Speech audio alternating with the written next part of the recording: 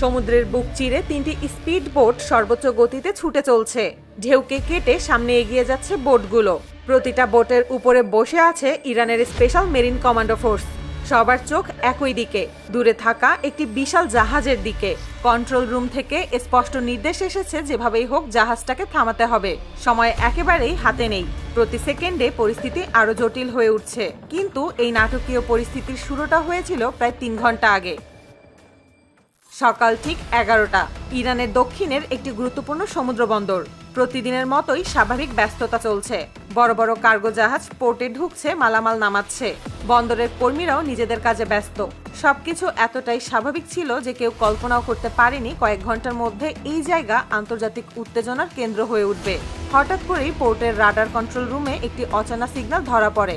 স্ক্রিনে দেখা যায় একটি ছোট মাছ ধরা নৌকা ধীরে ধীরে পোর্টের দিকে এগিয়ে আসছে।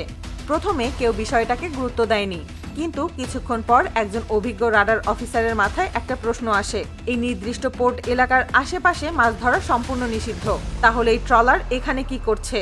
নৌকাটার অবস্থান পোর্ট থেকে তখন প্রায় 8 কিলোমিটার দূরে। খুব কাছেও না, আবার খুব দূরেও না। এমন দূরত্ব থেকে হঠাৎ করে কোনো বড় সিদ্ধান্ত নেওয়াও কঠিন। তাই সবাই পরিস্থিতি নজরে রাখতে শুরু করে। ঠিক সেই সময় রাডার স্ক্রিনে আরেকটা অদ্ভুত বিষয় ধরা পড়ে।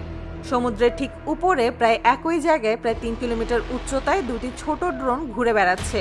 প্রথম দেখায় এগুলো খেলনা ড্রোনের মতোই মনে হচ্ছিল, কিন্তু প্রশ্ন হলো এত গুরুত্বপূর্ণ সামরিক পোর্টের কাছে খোলা সমুদ্রের মাঝখানে কে খেলনা ড্রোন উড়াবে? এই প্রশ্নটাই পুরো পরিস্থিতির মোড় ঘুরিয়ে দেয়। রাডার অফিসার বুঝে যান বিষয়টা মোটেও সাধারণ নয়। সঙ্গে সঙ্গেই তিনি হেড কমান্ডার অফিসারকে জানান। কয়েক মিনিটের মধ্যেই সিদ্ধান্ত আসে আকাশে যুদ্ধবিমান পাঠাতে হবে। ইরানের বুশেহর এয়ারবেস থেকে সঙ্গে সঙ্গে দুটি মাল্টিরোল ফাইটার জেট উড়াল দেয়। এগুলো ছিল ইরানের বিখ্যাত F-14 টমক্যাট। একসময় এই যুদ্ধ বিমান ছিল আমেরিকার সবচেয়ে শক্তিশালী ফাইটার জেটগুলোর একটি। বহু বছর আগে ইরান এই জেটগুলো কিনেছিল এবং এখন সেগুলো আপডেট করে ব্যবহার করছে। F-14 টমক্যাট মূলত দীর্ঘ দূরত্বে গিয়ে মিশন শেষ করে নিরাপদে ফিরে আসার জন্য তৈরি। এই জেট ঘন্টায় প্রায় 2400 কিলোমিটার গতিতে উড়তে পারে। এই দুইটি F-14 যুদ্ধ বিমান পোর্ট এলাকা থেকে উড়ে মাত্র 2 মিনিটেরও কম সময়ে সন্দেহজনক জায়গায় পৌঁছে যায়। কিন্তু সেখানে গিয়ে তারা যা দেখে তাতে নিজেরাই কিছুটা অবাক হয়ে যায়। যেখানে খেলনা ড্রোন থাকার কথা সেখানে আসলে আকাশে টহল দিচ্ছে দুটি আধুনিক F-16 ফাইটার জেট। F-16 যুদ্ধ বিমান মূলত আমেরিকার তৈরি হলেও বিশ্বের অনেক দেশ এই জেট ব্যবহার করে। তাই এগুলো ঠিক কোন দেশের তা বোঝার কোনো পরিষ্কার উপায় ছিল না। ইরানের F-14 যুদ্ধ বিমান যখন কাছে আসে তখন দেখা যায় F-16 গুলো মোটেই ভয় পাচ্ছে না। এর কারণ হলো প্রযুক্তিগত দিক থেকে F-16 অনেক ক্ষেত্রে ইরানের পুরনো F-14 এর চেয়ে এগিয়ে।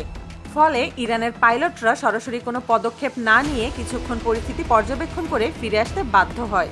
কিন্তু এখানে ঘটনা শেষ হয়নি। ইরানের সামরিক হেডকোয়ার্টার খুব ভালো করেই জানে নিজেদের আকাশসীমার ভেতরে অচেনা যুদ্ধ বিমান থাকা মানেই বড় টেনশন। তাই তারা আর দেরি না করে এয়ার ডিফেন্স সিস্টেম অন করে। ইরান বিশ্বের অন্যতম শক্তিশালী মিসাইল প্রযুক্তির অধিকারী দেশ। বিশেষ করে তাদের আকাশ প্রতিরক্ষা ব্যবস্থা নিয়ে বহু বছর ধরে আন্তর্জাতিক পর্যায়ে আলোচনা হয়। কিছুক্ষণের মধ্যেই ইরানের এয়ার ডিফেন্স সিস্টেম ওই দুটি F-16 যুদ্ধ বিমানকে টার্গেট লক করে ফেলে। এরপরই ছুটে যায় উচ্চগতির সারফেস টু এয়ার মিসাইল। এই মিসাইলগুলো শব্দের গতির কয়েক গুণ বেশি গতিতে চলতে পারে এবং প্রায় 150 কিলোমিটার দূরের টার্গেটেও নির্ভুলভাবে আঘাত করতে সক্ষম।